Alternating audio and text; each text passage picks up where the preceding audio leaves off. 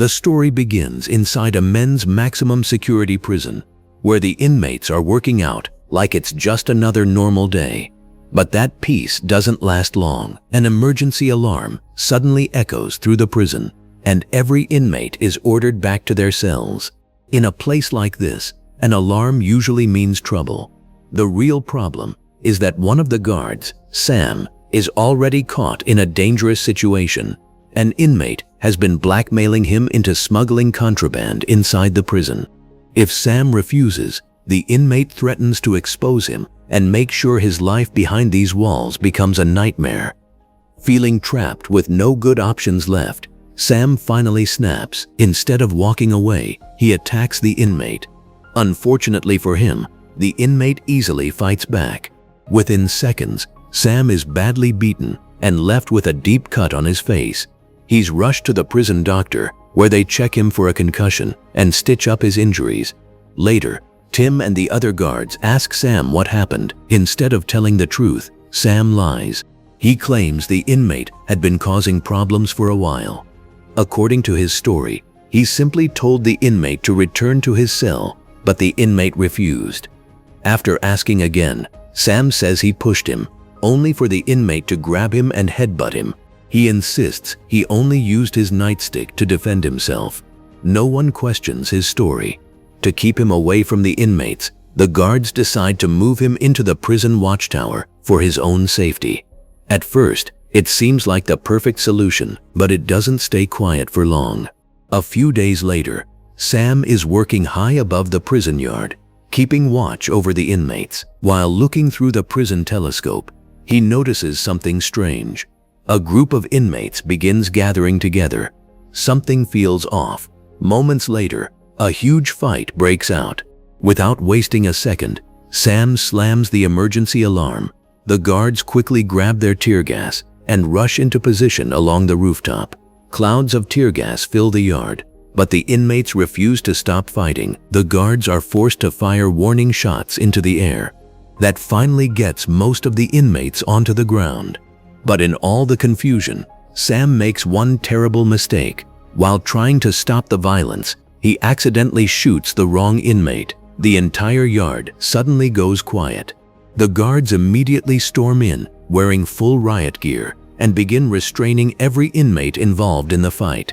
Meanwhile, Sam realizes what he's done. After everything settles down, Warden Mills meets with Tim and another guard named Ed Simmons to discuss what happened.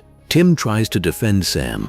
He reminds everyone that Sam was only in the tower because he had been attacked earlier by another inmate. Ed suggests moving Sam somewhere with less direct contact with prisoners, maybe the receiving department or even perimeter duty.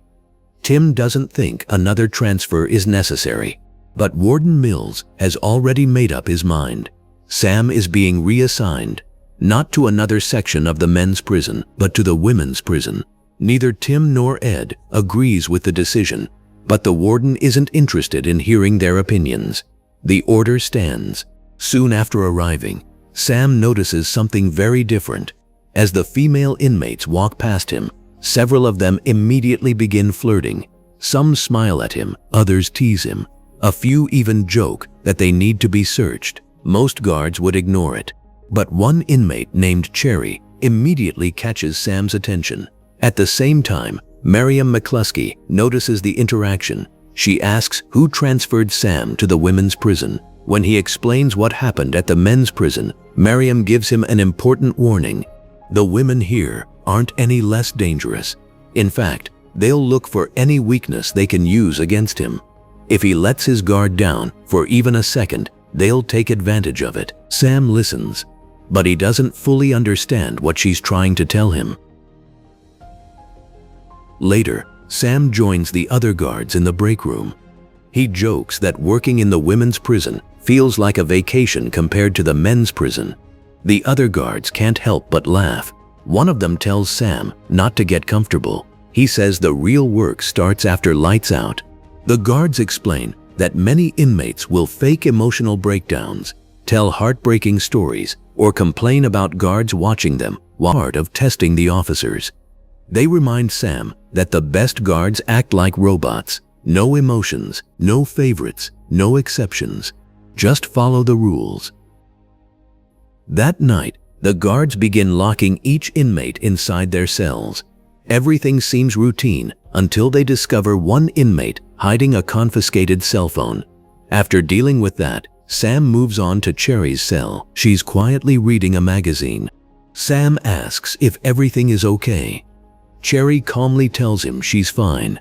He locks her cell and continues making his rounds. Nothing seems unusual, at least not yet. The next morning, Sam stands outside the classroom while the inmates walk inside. As Cherry passes by, another inmate suddenly bumps into her. She falls directly into Sam.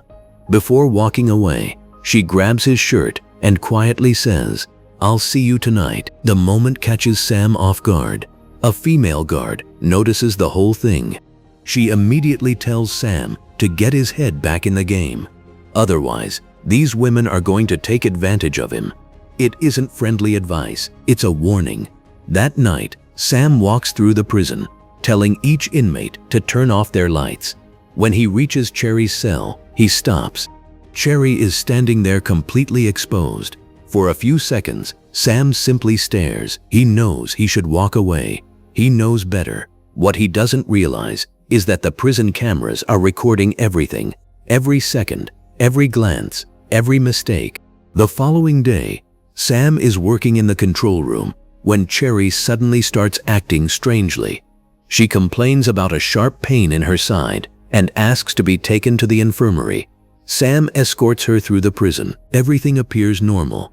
Whilst they were heading for the stairs, she pulls him across the stairwell. It's one of the few places in the prison where there aren't any security cameras. The spot has a reputation among inmates and guards alike. Sam hesitates. He knows this is wrong, but his resistance doesn't last very long. That's exactly what Cherry was counting on. The moment she gets what she wants, she suddenly pulls out a hidden weapon. She stabs Sam several times in the neck. He never sees it coming. As Sam collapses, Cherry immediately starts screaming for help. She makes it sound like Sam attacked her. Then she crawls out from under the stairs, crying and begging for someone to save her. Anyone arriving at the scene would naturally think she had just defended herself against a violent guard. Everything had been planned from the very beginning. Sam never stood a chance.